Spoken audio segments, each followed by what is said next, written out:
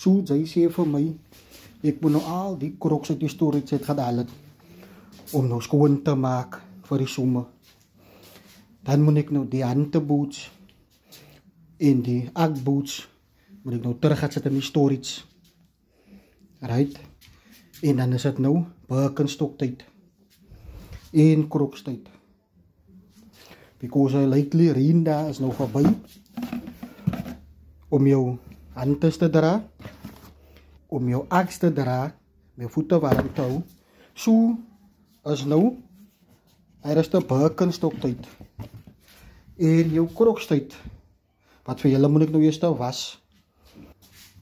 Daar is het wat die mens nou moet doen om die goede nou terug stories toe te gaan sit.